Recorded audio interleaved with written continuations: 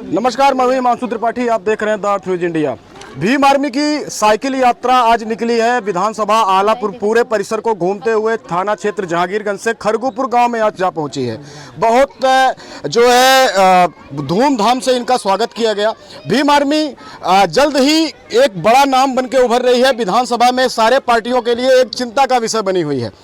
संविधान को लेके सबको जागरूक करना, छोटे छोटे गली मोहल्लों में जाके लोगों का सहयोग करना। आज हमारे साथ रहेंगे जिलाध्यक्ष भीम आर्मी, उनसे बातचीत करेंगे, रूबरू कराएंगे, उनके सोच के बारे में हम आपको जरूर बताएंगे। एक बार नाम बताइए अपना। मेरा नाम भीम आर्मी भारतीय एकता मिशन से मैं जिलाध्यक्ष हूँ, रविराम अम्बेडकर मेरा नाम है जी। आपका द अर्थ न्यूज इंडिया में और आप सभी लोगों का द अर्थ न्यूज इंडिया में बहुत बहुत स्वागत है। सबसे पहला प्रश्न हमारा ये रहेगा, भीम आर्मी जब विधानसभा आलापुर में आई है लगभग दर्जनों लोगों के ऊपर मुकदमा दर्ज हुआ है, क्या कहते हैं? देखिए, दर्जनों के ऊपर मुकदमा होता है जो आवाज़ उठाता है ना। ये आपकी जो सरकार है, जिस सरकार में हम लोग जी रहे हैं, सरकार आपकी भी है। ये आपकी मतलब हमारी इसलिए नहीं है। अगर हमारी होती तो हमारे लोगों पर मुकदमा नहीं होती। ठीक है, तो इसमें जो है हमारे साथी न्याय के लिए आते हैं आगे, और न्याय के लिए आते आगे हमारी बहनों का, हमारी बेटियों का, हमारे युवाओं का हर रोज़ शोषण हो रहा है, जिसमें हमारी भीम आर्मी लगातार रात दिन संघर्ष कर रही है कि हमारे बहुजनों पे अत्याचार बंद हो। और ये भीम आर्मी जो कारवा हम लोग बच्चा भाई चंद्रशेखर आज़ाद जी के द्वारा बनाया गया कारवा है, इस कारवा के माध्यम से मैं जन जन तक हो रहे अत्याचार को रोकने के लिए भीम आर्मी को आलापुर में बार बार लाया जा रहा है। और रही बात आपने जो कहा कि जब भी आलापुर में कोई बात पड़ती है तो भीम आर्मी वहाँ पर खड़ी होती है, तो भीम आर्मी खड़ा होने का कारण यही है कि हमारे भीम आर्मी एक ऐसी संगठन है जो गांव-गांव, नल, शहर में, कस्बे में, छोटे छोटे घरों में इस संगठन को पहुंचाने के लिए हम दिन रात संघर्ष कर रहे हैं, ताकि हमारे बहुजन समाज पे जो हो रहे अत्याचार है ये खत्म हो जाए। कहीं आपको ऐसा नहीं लगता है कि बहन मायावती जी जब आई थी तब भी संविधान को हाथ में लेके ऐसे ही सभाएं शुरू हुई थी और बहुजनों को इकट्ठा किया गया था?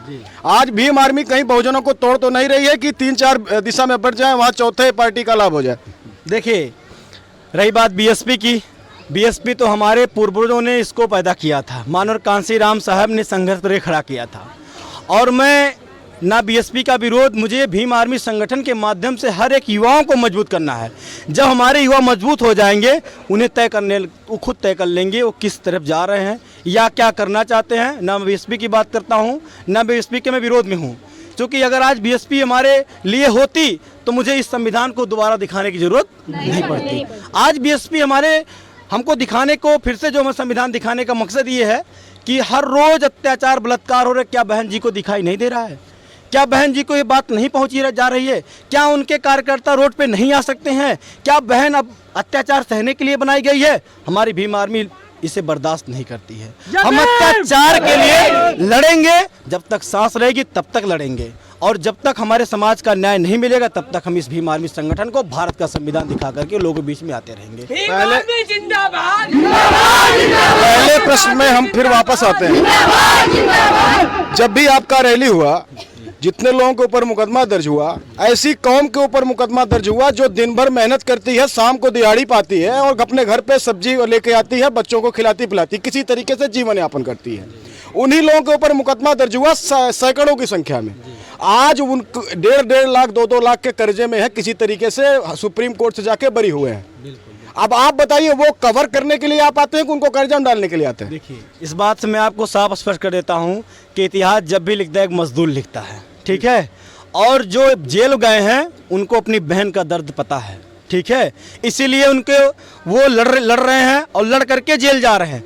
और रही बात, मानव कांसीराम जी ने कहा था, बाबा साहब ने भी कहा था कि अगर हमें धोखा दिए होंगे तो पढ़े लिखे लोग दिए होंगे। मैं इस बात से आपको दोबारा कर रहा हूँ कि बाबा साहब ने सोचा था जिस दिन ये दूध पक जाएगा, ऊपर जो साड़ी जम जाएगी, तो साड़ी जो कीड़े मकोड़े को रोक लेगी, हमारा दूध गंदा नहीं हो पाएगा।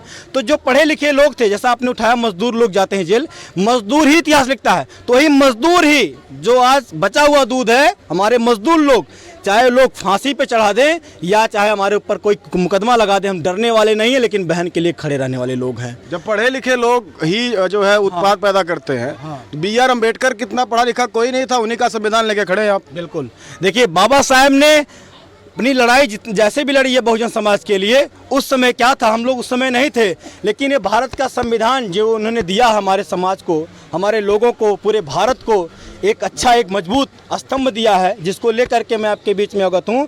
वो पढ़े लिखे लोग थे, हम इसी संविधान के बदौलत बहन को न्याय दिलाने के लिए आगे आते हैं। युवाओं के लिए क्या संदेश रहेगा? युवाओं के लिए बस मैं एक ही संदेश दूंगा कि अब वो दिन दूर नहीं जब आपका समाज, आपके लोग इस भीम आर्मी के माध्यम से कारवा पूरे जन जन तक पहुंचाएंगे। मैं युवाओं के लिए एक बात कहना चाहता हूं कि साथियों, अब हमें रुकना नहीं चाहिए।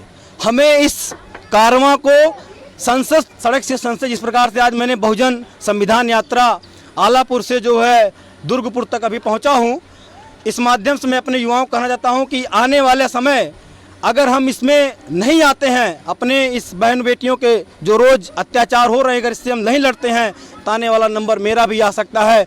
तो मैं उस नंबर को आने से पहले ही मैं सतर्क हो जाता हूं और अपने युवाओं को संदेश देना चाहता हूं। सामने विधानसभा में किस भूमिका में रहेंगे? देखिए, हमारा विधानसभा में हमारे भाई चंद्रशेखर आज़ाद जी क्या रवैया रखते हैं, क्या सोच रखते हैं, वही जाने, इसमें मेरा कोई है नहीं। मुझे पहला मेरा उद्देश्य है कि मैं अपने युवाओं को इस भारत के संविधान के तहत मजबूत करूं, उन्हें शिक्षित करूं, उनको आगे ले आऊं, उनको हक अधिकार बताऊं, क्या अधिकार है जिससे लड़ना आपको। अभी हमने आपका भाषण सुना, स्पीच सुना, बड़ी तालियां आपने बटोरी। क्या खाते हैं? बड़ा एनर्जी है आपके अंदर। देखिए, एनर्जी नहीं है, समाज की पीड़ा जिसको पता रहेगी, हर रोज अत्याचार, बलात्कार, शोषण जो फोन पे लगातार सुनता रहेगा, तो उसको अगर मरा हुआ व्यक्ति रहेगा फिर भी वो चिल्ला के बोल देगा कि अब रुको, बंद कर दो, हम समाज के लिए खड़े हो गए हैं। ये एनर्जी कहीं से नहीं आती, हमारी एनर्जी ताकत है, यही हमारी एनर्जी है, यही हमको सपोर्ट करते हैं। हमारे जिला प्रभारी राजकुमार भाई हैं, जिला उपाध्यक्ष ब्रिजेश अम्बेडकर हैं, अविनाश भारती हैं, ये तमाम आलापुर की टीम और पूरे अम्बेडकर नगर टीम दिन रात हमारे साथ कंधे से कंधा मिला करके समर्थन। हमारे जिला पंचायत सदस्य रमेश यादव जी लगातार दिन रात संघर्ष करके हम जैसे युवाओं को, हम जैसे लोगों को मजबूत कर रहे हैं। तो मैं इसी एनर्जी को प्राप्त करके बहुजन समाज में दिन रात संघर्ष करने का काम कर रहा हूँ। आपका द अर्थ न्यूज इंडिया से जुड़ने के लिए बहुत बहुत धन्यवाद। बहुत बहुत धन्यवाद आपको भी। जैसा कि आपने देखा, एक बहुत बड़ा जोश लेके, एक हुजूम लेके उतरे हैं अब की बार विधानसभा में आज़ाद समाज के लोग और भीम आर्मी के लोग। आज़ाद समाज पार्टी के कैंडिडेट विधानसभा चुनाव में कैसा प्रदर्शन करेंगे, ये बात का विषय है, जरूर मैं आपको अवगत कराऊंगा। आप बने रहिए द अर्थ न्यूज इंडिया के साथ।